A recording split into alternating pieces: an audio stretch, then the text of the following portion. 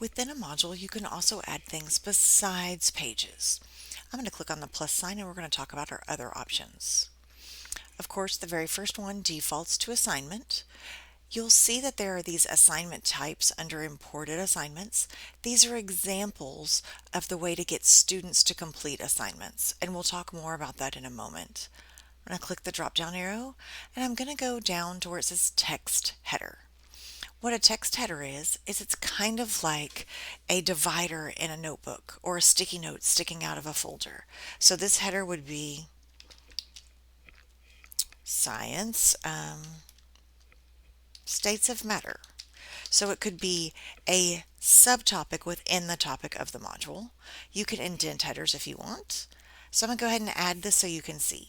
So this is just a header or a piece of text that when you click on it doesn't do anything, but when the students see it, it'll be a division between this information and this, the information underneath it would be on this topic and not this topic. So I hope that that helps with text headers. We're also going to go back to the plus sign and look at other options. So I'm going to go back and I want to change the text header. We're going to go to a discussion. What a discussion is it's a back and forth conversation.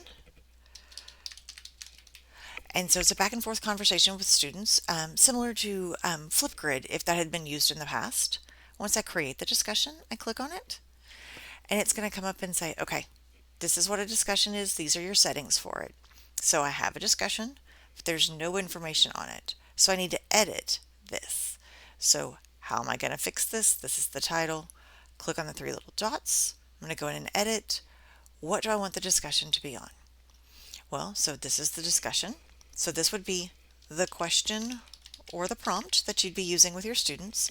You can attach a video. So you can go right here and record media, upload media, or create media in your Canvas Studio and embed it here.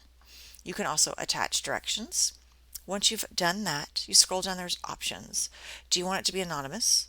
Do you want it to have their name? Notice this one says the students can choose.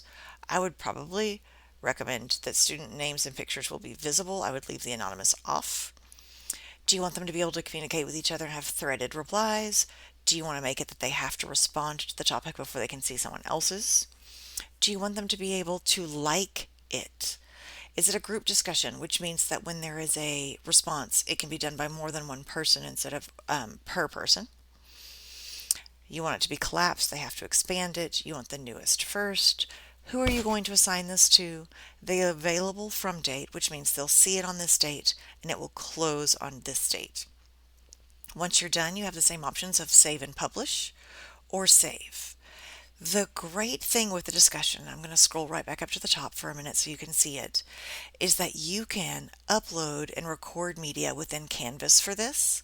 So for our younger level students or our students who don't want to be typing or word processing dependent, they can upload media to respond back and forth. So now you have some of that visual communication, that virtual communication like Flipgrid provided in the past. So this is a great way to do that in discussions. Your discussions, once you save them, will live in the module that you created them in.